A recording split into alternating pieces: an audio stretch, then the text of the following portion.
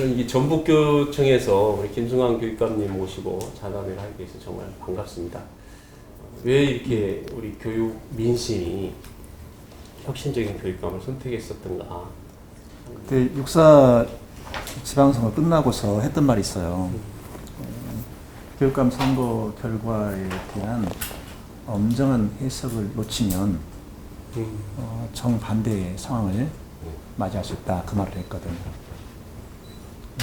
그러면서 많은 사람들이 언론도 마찬가지로 육사 교육감 선거가 진보 교육감의 승리라고 말하지만 나는 그렇게 생각하지 않는다 그랬어요. 전국의 수많은 유권자들, 학부모를 중심한 유권자들이 아무개 후보가 진보 후보니까 선택했다? 나는 그렇게 안 본다고 그랬어요.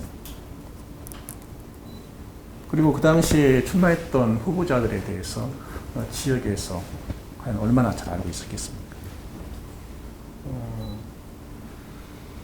4월 16일 그때 안산 단원고 아이들 그 생명 국가가 앗아가면서 학부모를 중심으로 전국의 수많은 국민들이 우리가 어떤 선택을 해야 내 자식 우리 아이들의 생명을 지킬 수 있겠냐. 아주 모성애적인 그런 마음이 발동한 결과가 그렇게 만드는 것이다. 또 하나는 만약에 교육감 선거에 정당 공천제를 했더라면 이런 결과가 나왔겠냐? 아니라고 봐요. 그 당시 교육감 선거에서는 정말 우리 유권자들이 어떻게 보면 선행으로 말 자유로운 선택을 할 수 있는 선거란 말이죠. 연고에 묶이지 않고 자기 양심에 따라서 선택할 수 있는 그 대한민국의 유일한 선거. 여기에서 유권자가 할 일을 한 것이다. 그렇게 보고 그 다음에 아까 우리 최 회장님 진보를 달고 나온 후보 이런 표현을 쓰였잖아요. 저는 진보 달지 않았어요. 제 입으로 나는 진보다 또는 진보 교육감을 이렇게 말한 적이 없어요. 그리고 실제로 교육감을 해보니까 그런 이데올로기는 최소한 우리 교육 영역에서는 사라지면 좋겠다. 그럼 뭘 대체할 거냐? 그냥 그런 이데올로기 그 자리에 아이들이라는 가치를 갖다 놓자. 모든 것 표준을 거기 삼자. 모든 정책이 아이에게 도움이 되냐 안 되냐. 유리한 거냐 해로운 거냐 이렇게 해서 판단해야 되는 거지. 무슨 의미가 있겠냐. 그때 그런 생각을 했었죠. 그러면 아이들을 중심으로 놓고 봤을 때 아이들을 생각하고 그 아이들의 미래를 고민하는 그런 교육감들이 많이 선택된 건가요? 우선은 이제 유권자들이 그러지 않겠냐라고 판단했겠죠. 그 판단이 틀릴 수도 있고 맞을 수도 있고 그런 거죠. 그런데 이 교육감의 자리 이 자체도 권력의 자리입니다. 권력은 사람을 성숙시키기도 하지만 사람을 아주 형편없는 존재로 전락시키기도 하거든요. 특히 우리나라 현실에서는 이 권력이 사람을 만들어가는 것이 아니라 사람을 계속 망가뜨리는 이런 그 역기능을 많이 해왔고 지금도 하고 있지 않습니까? 아까 그 선거가 즐거웠냐고 말씀하셨는데 제가 선거운동 한 게 한 보름 정도 했나요? 후보 등록을 좀 늦게 했거든요. 늦게 했는데 그때도 그거였죠. 이거 선거에 얽매이지 말자. 얽매이지 말자. 그리고 지금 4.16 그 사건으로 이제 저는 책임부터 사건이라고 부릅니다. 그 사건으로 우리 아이들이 그렇게 많이 목숨을 잃었는데 뭐가 그렇게 즐거워서 선거 나오겠다고 나 지금 출마합니다. 그럼 출사 던지고 그런 상황이냐 그런 생각을 했죠. 근데 저기는 2010년 선거는 그래도 뭔가 이렇게 좀 즐기듯이 나왔는데 2014년 선거는 굉장히 무거운 그런 분위기에서 출마를 한 것 같아요.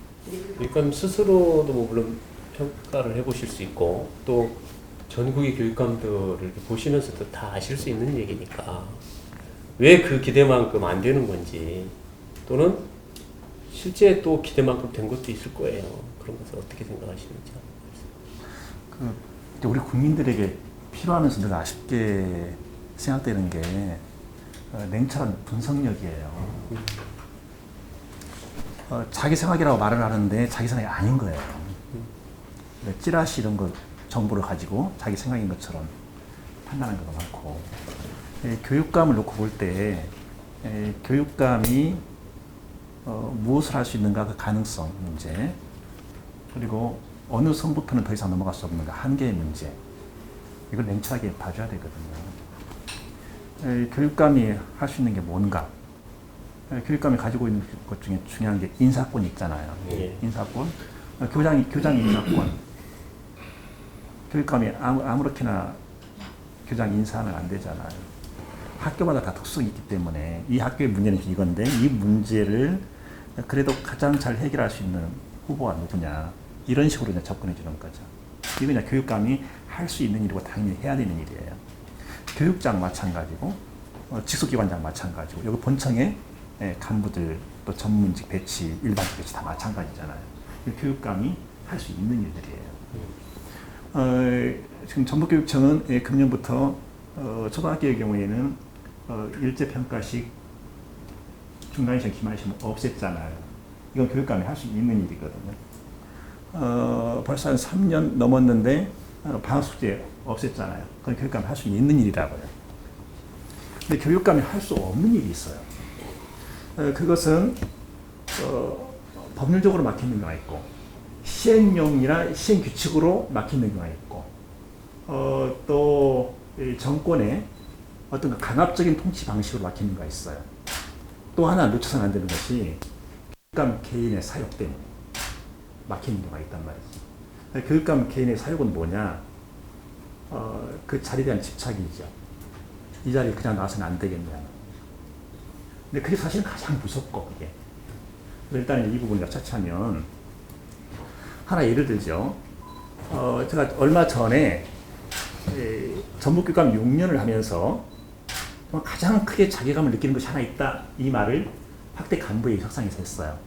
그 어떤 사례였냐? 세상이 6년이 지나도록 내부형 교장 공모제 한 번도 해보지 못했다, 그 말을 했어요.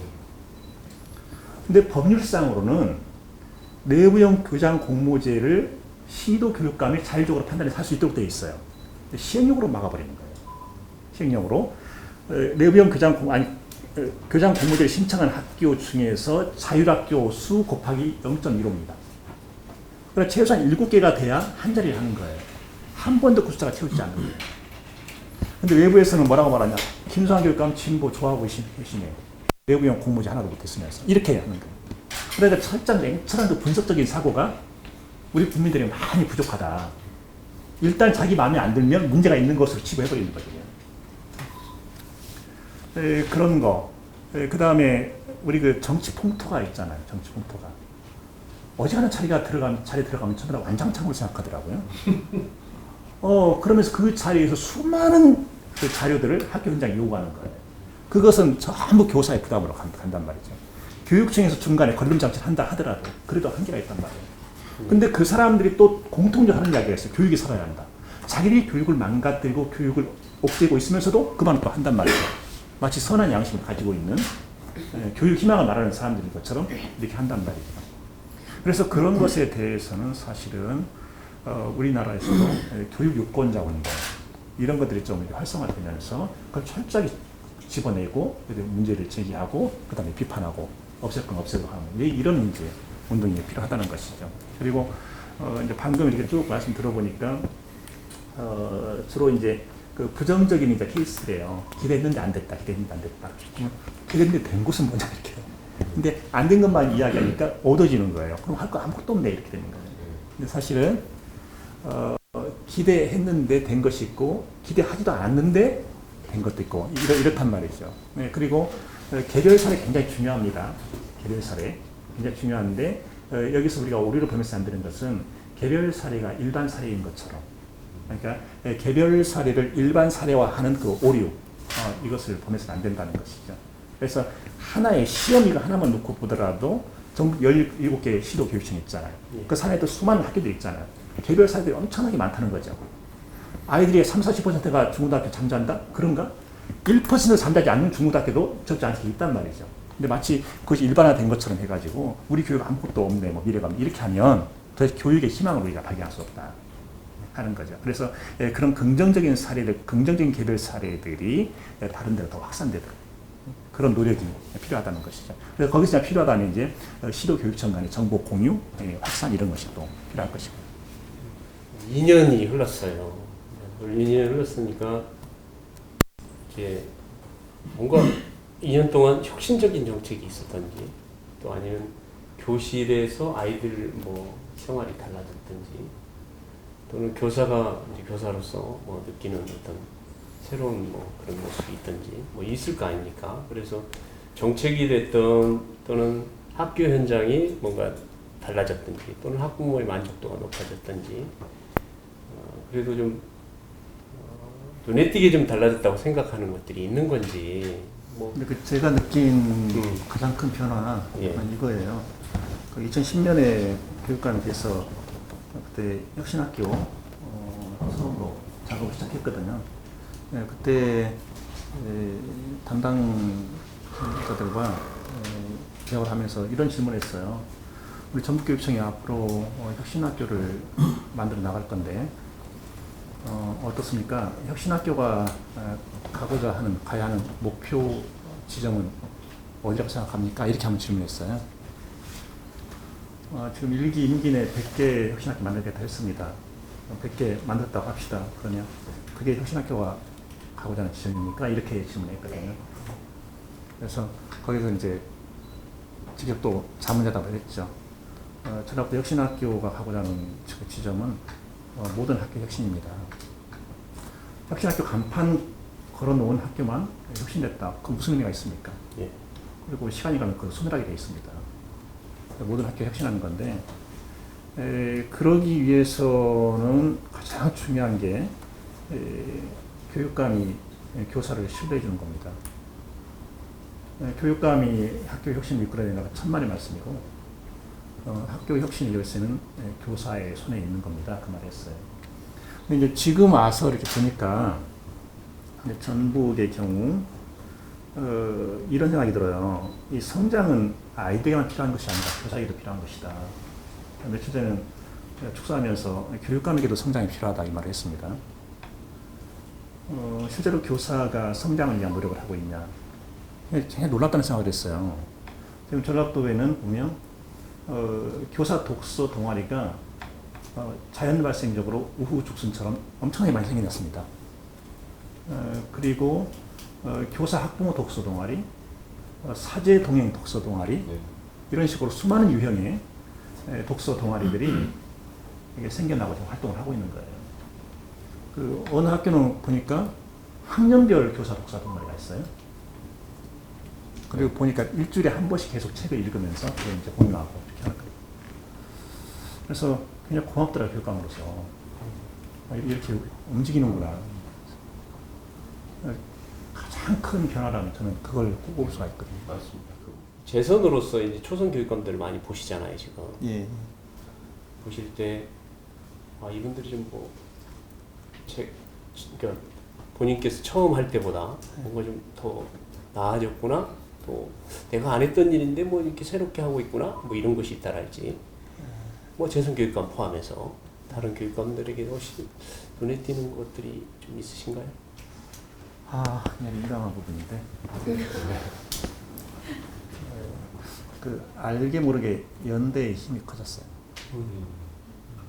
그리고 그 일기 때보다 심리적인 안정감이 더 커졌고, 그리고 또 한 번 더 했다는 그것 때문에 이제 그 초선 교육감님들이 중간중간에 질문들을 하잖아요. 그러면 그때 정말 의미 있는 이렇게 답변을 할 수 있다는.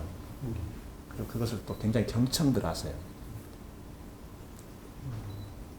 그런 것이 일기와 비해서 굉장히 달라진 것이고요. 무상보육 예산 그 문제로는 지금 이런 생각을 합니다. 만약에 경기도 이정 교육감님이 아닌 다른 성향의 교육감님이 있다면 경기도에 나 정말 이거 숨 막히겠다.